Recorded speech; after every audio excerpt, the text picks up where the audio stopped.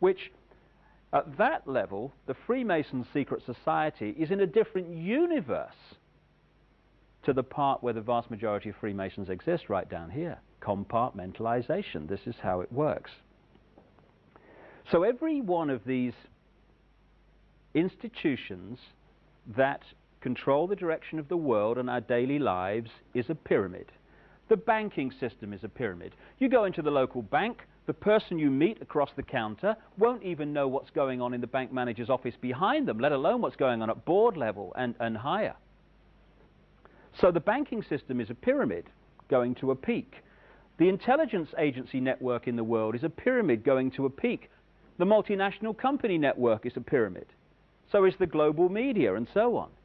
And there is a global pyramid within which all these work, in which the peaks of all these individual pyramids, banking, business, media, etc., fuse into one peak. And up there, it's speculated by many people, there perhaps may be no more than 13 families, 13 people at the peak, pervading down through these different levels the same basic policy, which is pushing the world towards more and more centralization of power. There is this like cozy little myth that is perpetuated between politicians and the media. Politicians walk the world stage as if they are the final arbiters of power in the world. So when a president speaks, the cameras run and it's flashed around the world, prime ministers and such like. The media report the world as if presidents and prime ministers are the final arbiters and decision makers in the world, which means that the people above the level of presidents and prime ministers that really make the decisions, they're never looked at or exposed by the mainstream media because they're not accepted to exist.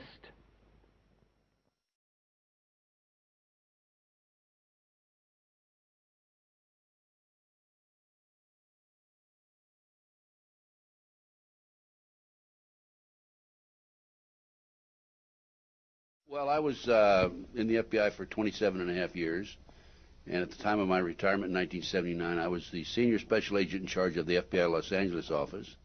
I developed information personally about just extensive corruption in the government, not only at the federal level, but all the way down to the city and state level across this country.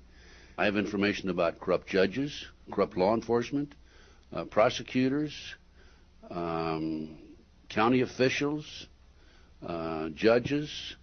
It involves drugs, involves pornography, involves prostitution, it involves cults, pedophilia. The bottom line is to take over the country and the world. For what, though? Power, greed. This goes back over 200 years, back to 1776, with the establishment of an organization known as the Illuminati. And if your listeners don't know what the Illuminati is, they need to run down to the library and look it up and do some research, because on May the 1st, 1776, a fellow named Adam Weishaupt, German, set forth 25 goals at the request of the Rothschild group that they needed to initiate in order to take over the world. We're talking about destroy the sovereignty of countries and destroy religions. And that's where it really started in modern day.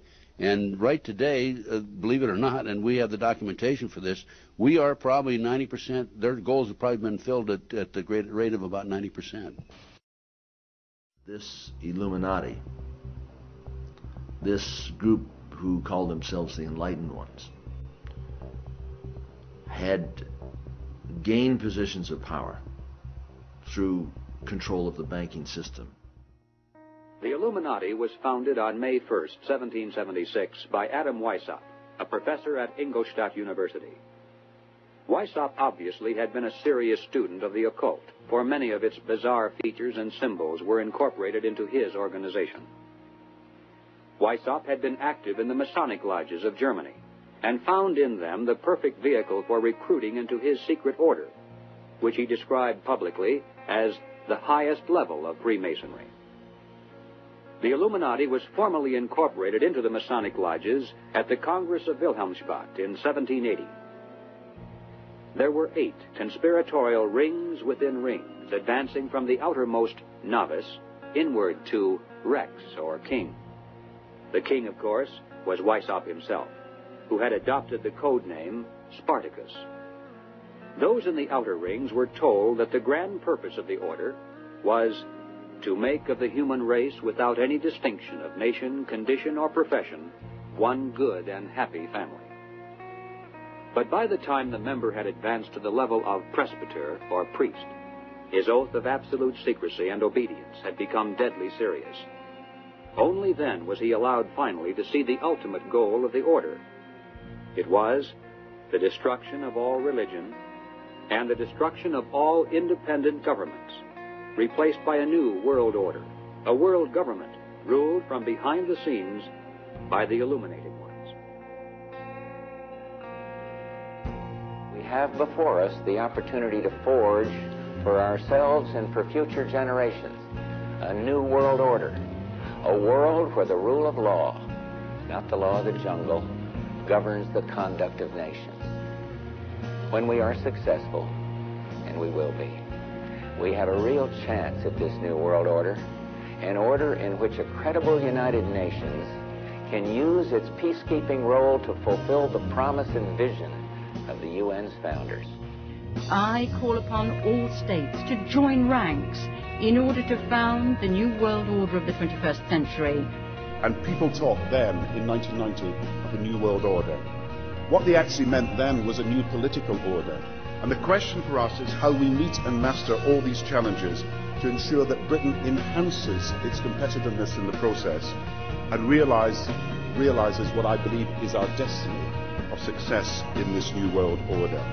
So, in conclusion, ladies and gentlemen, a new world is emerging. It is a new world order with significantly different and radically new challenges for the future. On the back of the dollar bill, you see the symbol on the left-hand side of the bill, which is Annuit Coeptis, which means our enterprise is now a success, or our enterprise is crowned with success. Annuit Coeptis. So you're saying, fine, so you have an enterprise and is now crowned with success. What enterprise are you talking about? Novas ordo seclorum. Novas is novus, meaning new. Ordo is order, and seclorum is where we get the word secular, meaning the world. So it's new order of the world, the new world order. George Bush's new world order is now a success. Bill, you've heard an awful lot of dramatic speeches and seen dramatic moments in times of great gravity for the nation. How would you assess this evening? This was a stirring address, in my view, shorter than his father's speech when he announced the New World Order, shorter than his father's speech when he announced the New World Order.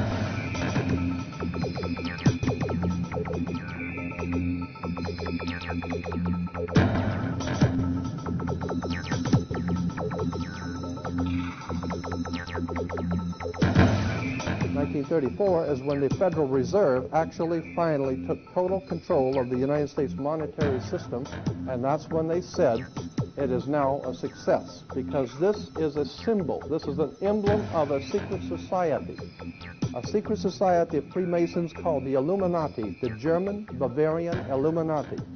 They were a secret society founded in the south of Germany. They were called the Illuminati, the illuminated ones, the enlightened ones. 1776 was when this secret society actually formed itself into a secret society and put itself into operation.